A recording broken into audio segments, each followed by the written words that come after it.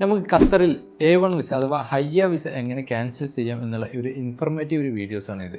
നമുക്ക് റീസെൻ്റ്ലി ഒരു കസ്റ്റമറുടെ അടുത്ത് നിന്ന് ഒരു കോൾ വന്നിരുന്നു. അവർ ഹയ്യ വിസയ്ക്ക് അപ്ലൈ ചെയ്തു. ജസ്റ്റ് ഒന്ന് ഖത്തറിൽ വന്ന് ഫ്രണ്ട്സിൻ്റെ അടുത്ത് വിസിറ്റിന് വന്ന് ജോബ് സെർച്ച് ചെയ്യാൻ വേണ്ടിയിട്ട്. ഇൻ ബിറ്റ്വീൻ പീരീഡിൽ അവർക്ക് ഖത്തറിൽ ഇൻ്റർവ്യൂ അറ്റൻഡ് ചെയ്തു. അവർക്ക് ഒരു ജോബ് റെഡിയാവുകയും ചെയ്തു.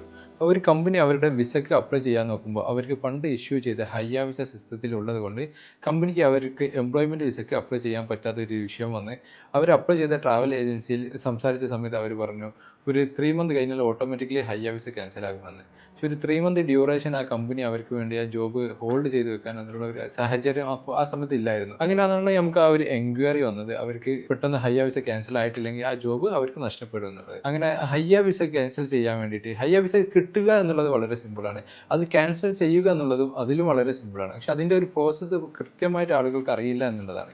ഹയ്യ വിസ ക്യാൻസൽ ചെയ്യാൻ വേണ്ടിയിട്ട് അതിൻ്റെ ടോൾ ഫ്രീ നമ്പറായ ഖത്തറിൽ ഉള്ളവർക്കാണെങ്കിൽ അത് കോൾ ചെയ്യാനും ഔട്ട്സൈഡ് ഖത്തറിലുള്ളവർക്ക് ടോൾ ഫ്രീ ആയിട്ട് ഹയ്യ സെൻറ്ററിലോട്ട് കോൾ ചെയ്യാനുള്ള ഒരു കോളിംഗ് നമ്പറുണ്ട്.